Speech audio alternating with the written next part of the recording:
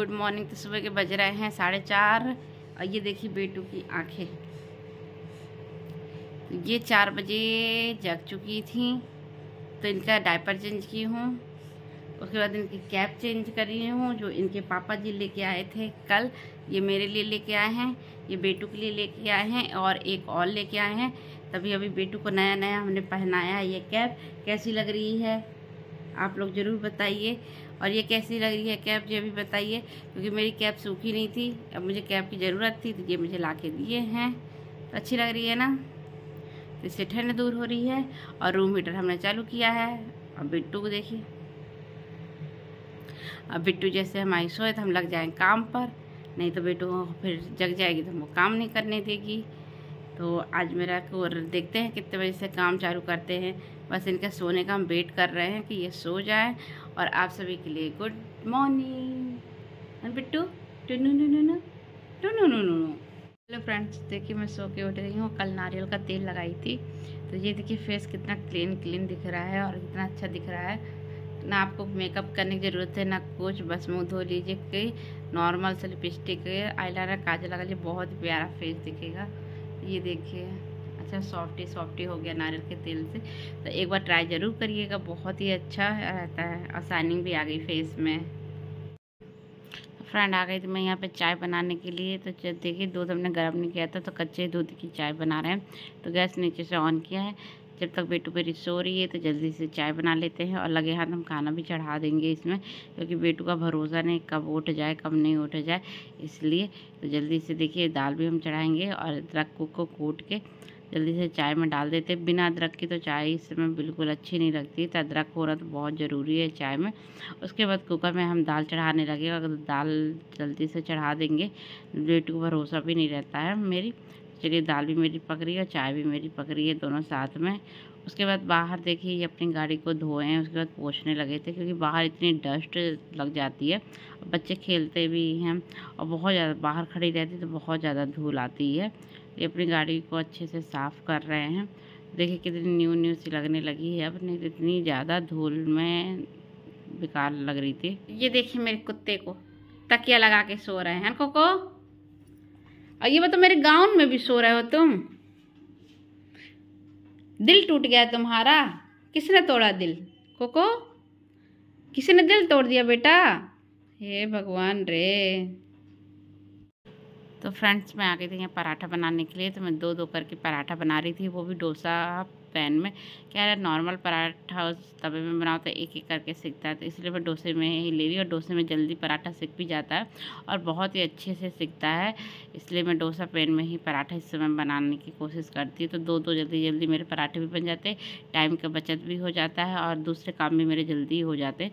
पराठा बन के कम्प्लीट हो गया था, तो फिर इसमें हमने डाल दिया था थोड़ा सा ऑयल, क्योंकि अब मुझे बनाना था टमाटर की चटनी।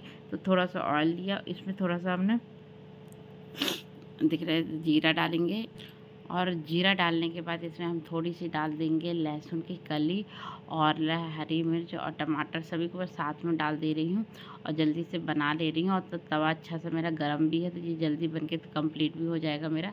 तो ये देखिए अच्छे से बन के कंप्लीट भी हो रहा है और रेड कितना अच्छा लग रहा है। पैन में हल्के आंच में आप धीरे धीरे इसको पकाइए, बहुत ही अच्छा यमी पकेगा।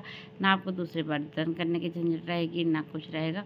तो ये देखिए मेरा सॉफ्ट हो गया है। और हल्का सा डाल देंगे इसमें नमक से क्या रहेगा टमाटर जल्दी सॉफ्ट हो जाता है। तो आप किस को पराठा और टमाटर की चटनी पसंद है? मुझे तो बहुत ज़्यादा पसंद है।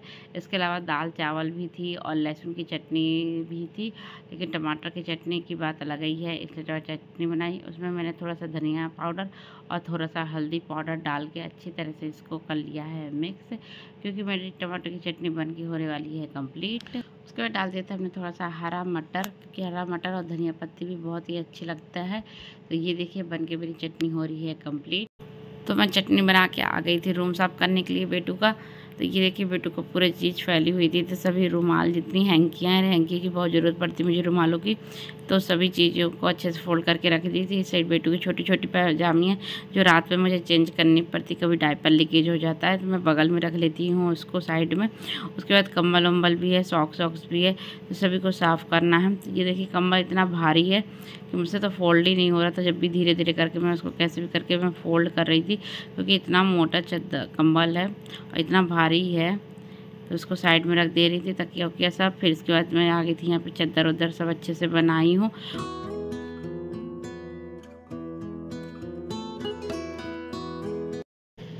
उसके बाद मैं आ गई थी झाड़ू लगाने, तो सभी कमरों में झाड़ू लगाते लगाते मैं आ गई थी हॉल में।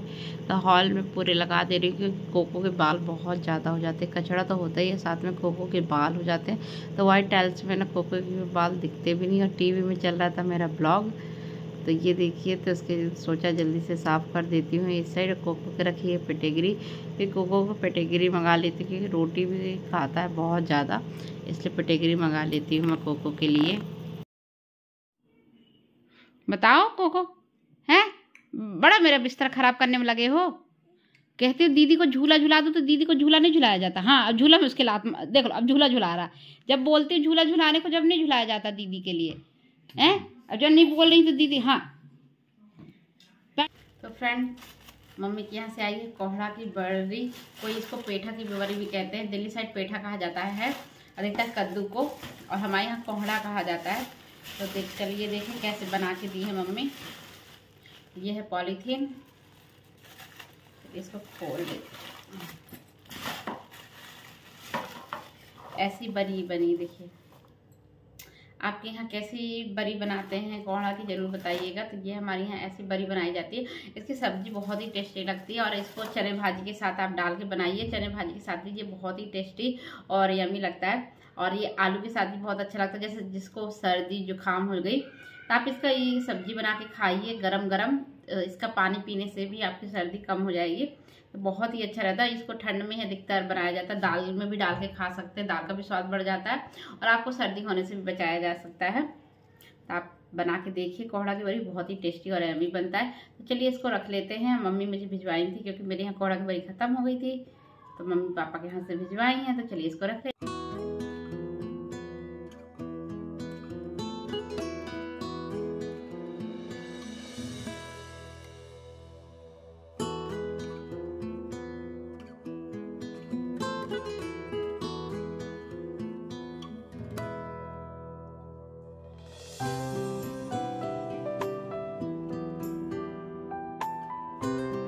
हेलो फ्रेंड्स, तो गांव से आए थे ससुर जी हमारे, तो देखिए क्या लेके आए हैं सब्जी में।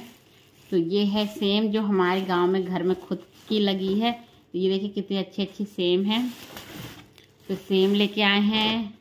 और ये है चना भाजी, चना भाजी मैं मम्मी से काट के मंगवाई थी क्योंकि मैं चना भाजी अच्छे से काट नहीं पाती। और ये है बैगन, और ये है कच्चे टमाटर। देखिए इतने। तो फ्रेंड आ गई थी, मैं यहाँ पे आटा लगा रही थी, साथ में मेरी सब्जी भी बन रही थी। तो आटा मेरा गूँथ के कंप्लीट हो गया था, तो लगे था सब्जी भी बन रही थी, तो मैं रोटी भी बना के कंप्लीट कर रही हूँ कि बेटू के उठने वाली होगी मेरी अब, तो जल्दी से आटा भी गूँथ लिया है और सब्जी भी बन रही थी, तो जल्दी से अब रोटी भी बना दिया जाए। खाना बनने के बाद फ्रेंड मैं आ गई थी यहाँ पे बर्तन धोने के लिए, लेकिन 2 लोग हैं, लेकिन बर्तन इतना ज़्यादा होते हैं, पता ही नहीं चलता बर्तन कहाँ से होते हैं इतना ज़्यादा। तो ये भी है कि दाल चावल सब्जी रोटी चटनी सब चीज़ बनता है मेरे यहाँ भी। तो देखिए इतने सारे बर्तन हो गए, तो चलिए सभी को धो लिया जाए। तो सभी बर्तनों को मांज लेती हूँ जल्दी जल्दी से, और स्पीड भी कर दी हूँ। क्या इतने ज़्यादा बर्तन हो जाते हैं, और रात में धो लेती हूँ क्योंकि सुबह का पानी तो बर्फ़ जैसा ठंडा रहता है, बहुत ज़्यादा ठंडा रहता है, इसलिए रात में ही पूरे बर्तन अच्छी तरह से धो धा के किचन को पूरा साफ़ ऑफ करके रख देती हूँ। तो देखिए कितने बर्तन होते हैं 2 लोगों के बीच में, और ज़्यादा ऐसा कुछ भी बनता नहीं। हाँ, लेकिन दाल चावल सब्जी रोटी चटनी ये तो बनता ही है डेली पर डे ही, लेकिन बहुत बर्तन हो जाते हैं घर पर। बर्तन मेरे मच गए थे, फिर जल्दी जल्दी से मैं धो धा के सभी बर्तन रख रही थी। नीचे छोटे बर्तन रखी, ऊपर बड़े बड़े बर्तन रख रही थी। फिर अब बचे हैं कुकर उकर, तो चलिए कुकर को भी अच्छी तरह से साफ़ कर लेते हैं।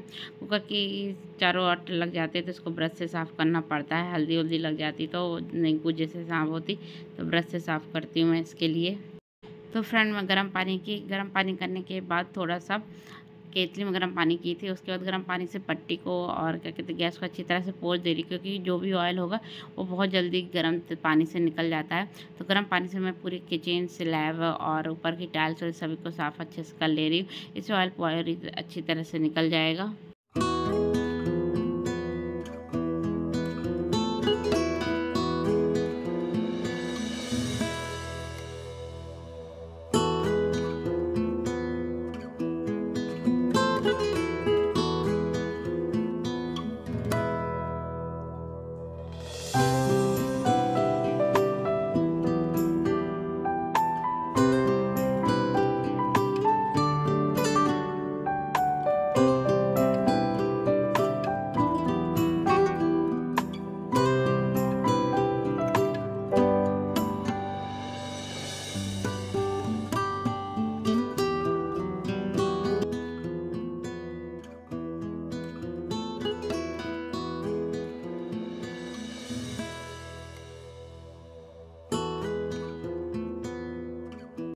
हेलो फ्रेंड, तो रात हो गई है। तो रात में मैं सोते टाइम लगा रही हूँ सरसों का तेल अपने बालों में।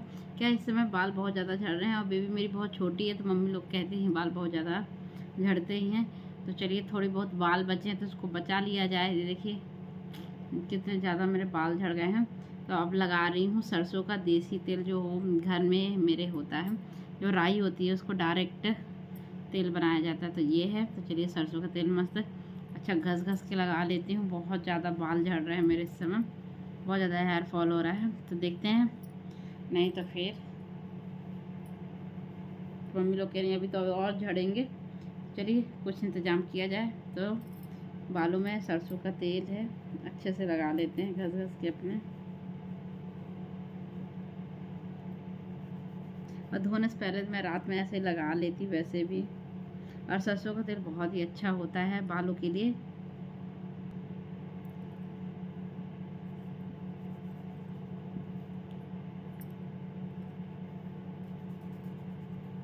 देखिए यहाँ के बाल मेरे हो गए हैं। ऐसा नहीं झड़ रहे हैं, तो छोटे छोटे आ भी रहे हैं।